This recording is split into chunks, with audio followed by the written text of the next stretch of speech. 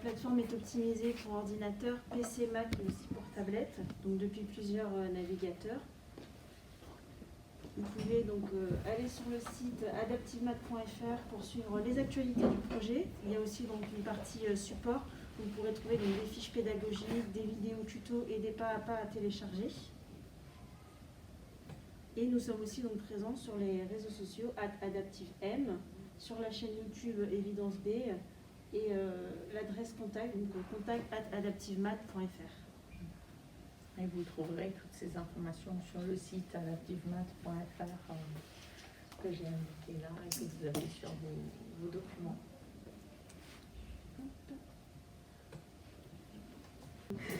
Alors effectivement, là je viens du coup d'ajouter un élève manuellement dans la classe parce que quasiment tous ont terminé leur test.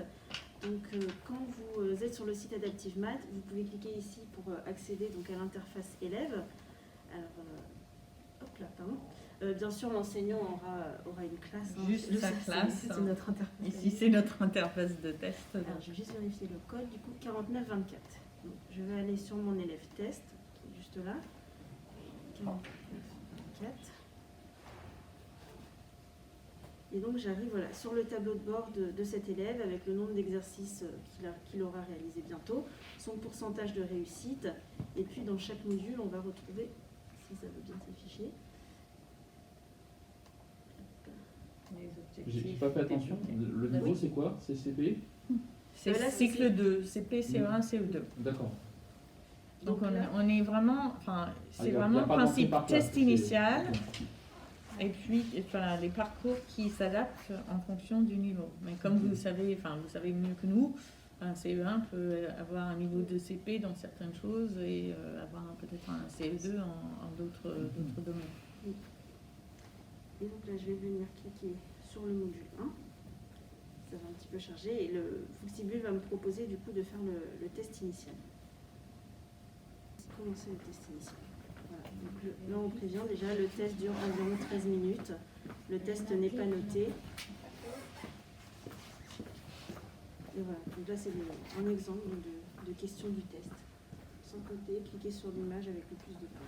Vous remarquerez que les consignes sont oralisées. Il y a le petit haut-parleur à chaque... Et clique sur l'image avec le plus de points. Voilà. Okay. Donc c'est bien s'ils ont des casques en fait. Et oui, oui c'est bien. Mieux. Oui, surtout s'ils travaillent. Okay. Et comme le disait effectivement la consigne au début, si l'élève ne connaît pas la réponse, il a aussi la possibilité de passer la question. Donc tous les élèves, on démarre par ça. Par un test. Quel que soit, non, par un test, mais par celui-là pour les nombres. Oui. D'accord. Donc là, CE2, je pense. Oui, et c'est l'algorithme qui va me dire, bah là, il est bien au-dessus de ça. Et... Exactement. Un CE2, enfin, ça va balayer l'ensemble des objectifs. Hein, donc à un moment, ça va être difficile. La quantité, soit on a deux quantités qui sont proches, ou en introduction de biais. Par exemple, là, Oui, parce que là on a c'est 3, mais qui sont plus gros que... Et donc, dans le test initial, il n'y a pas de correction ni de feedback, mais dès que l'élève entre dans son parcours personnalisé, il y a la correction. Alors, des fois, il est invité à essayer, il y a une correction. Parfois, Fluxibus donne des explications. Donc, en fonction de... Donc là, Eleanor, c'est notre élève de démo habituelle, donc elle a fait énormément d'activités et d'exercices, donc son niveau est assez bon. Elle va avoir voilà, son tableau de bord avec le nombre, son trésor, le nombre d'exercices réalisés, son pourcentage, et dans les modules viennent compléter les objectifs acquis en couleur. Donc ça, c'est un point de repère pour l'élève dans son avancement. Et donc, c'est un objectif qui a été atteint la dernière fois, ça vient de faire un petit message. Et on retrouve aussi au-dessus l'objectif sur lequel l'élève travaille.